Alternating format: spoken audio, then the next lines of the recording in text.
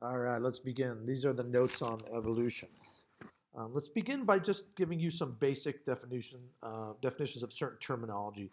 Evolution all alone just means change over time. The word is used all the time in the English language. It doesn't necessarily mean the same thing as biological evolution. Biological evolution means that over time, you'll see a difference in a group, and the group is the population. What does that difference mean? It could be what's called gene frequency. Gene frequency is something as simple as, for example, we have a population of moths, and there's a dark colored moth and a light colored moth. And let's say the environment changes in a way and the environment gets darker. Over time, you will see a larger abundance or a higher gene frequency of that dark moth gene, that dark coloration. So it doesn't mean that the lighter moths are gone. It just means that over time, due to the environment getting darker, we see a larger number of these dark moths prevalent. Therefore, biological evolution is changing of the genetic makeup of a group, and the group is the population over time. Two types of evolution, macro and micro. Large scale, small scale. Macroevolution means you get a whole new species, basically. Microevolution would be the example where I described how there is a higher abundance of dark moths in the population over time. So microevolution, small changes. Macroevolution, large changes, new species forming. Let's first begin by learning a little bit of history. Lamarck, Jean-Baptiste Lamarck, was alive back in the late 17, early 1800s. He came up with some ideas on evolution. His ideas are not considered true, but the reason we learn about his ideas is because most people have misconceptions on the idea of evolution, and their misconceptions are based off of Lamarck's ideas and not the ideas that we accept today that came from Darwin. Here's what Lamarck proposed back in the 1800s. He believed that living things arise from non living matter, basically. He also believed that simple life forms and develops into simple life forms develop into more complex forms. So he believed that life got more complex as time went on. One of his main ideas is called inheritance of acquired characteristics.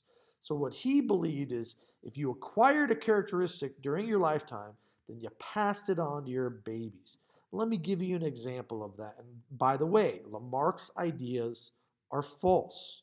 We are learning about his ideas so that we can understand the difference between his ideas, which are misconceptions of evolution, versus Darwin's ideas, which we're going to learn next. So an example of his, Lamarck's, would have been giraffes.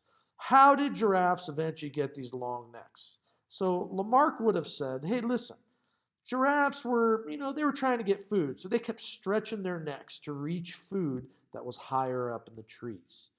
Over time, they acquired longer necks. Then the next offspring inherited a longer neck. And over time, giraffes' necks got longer as a result of need. They needed longer necks, so over time, these longer necks basically formed. He also believed, if you had something and you don't use it, it eventually goes away. That is not true. We know that is not true because, for example, most of us have wisdom teeth that we don't need or use, but do they go away? No, they only go away when we have a surgeon rip them out of our mouths for us. It's not very, they don't just disappear. According to Lamarck, you would have just stopped making wisdom teeth because you didn't really need them. So Lamarck's ideas are based on need, which is not accurate. They are based on acquiring things that you might need to survive better in your environment. So his ideas are not supported by scientific evidence. They are not accepted. They are not theories. It was his hypothesis. And he was one of you got to give him some credit in that he was thinking along the lines that life was changing. But his ideas were incorrect, and they have led to a lot of misconceptions on the ideas of evolution. Charles Darwin came up, he was around a little bit after Lamarck, and he, along with this gentleman by the name of Alfred Wallace, helped form the theories to explain evolution. All right.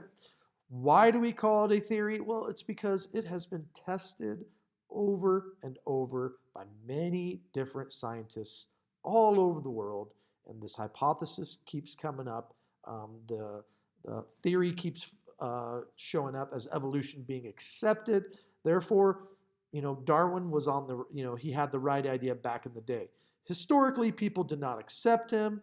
The church was very involved in evolution and those ideas. So yes, he was frowned upon in his time, but he is the father of evolution, basically.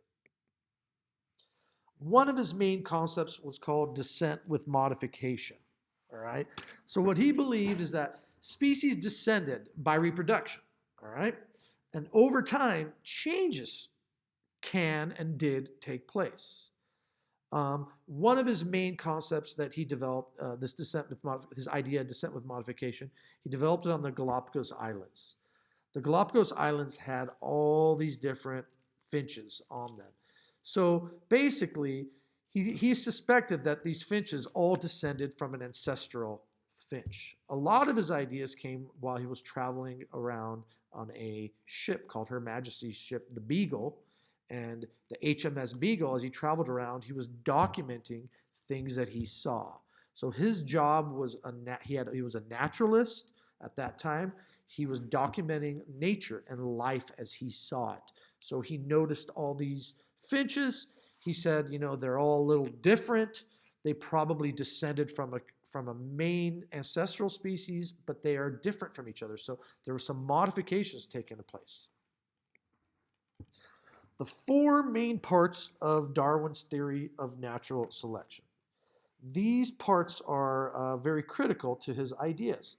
First part, he believes that organisms in nature, they make more babies that can survive.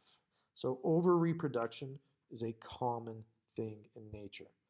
Along with all these babies, they're not exactly the same. They vary. They're a little different from each other. Being different is important for the theory of natural selection because it means that we have different characteristics from each other which could enable us to possibly better survive.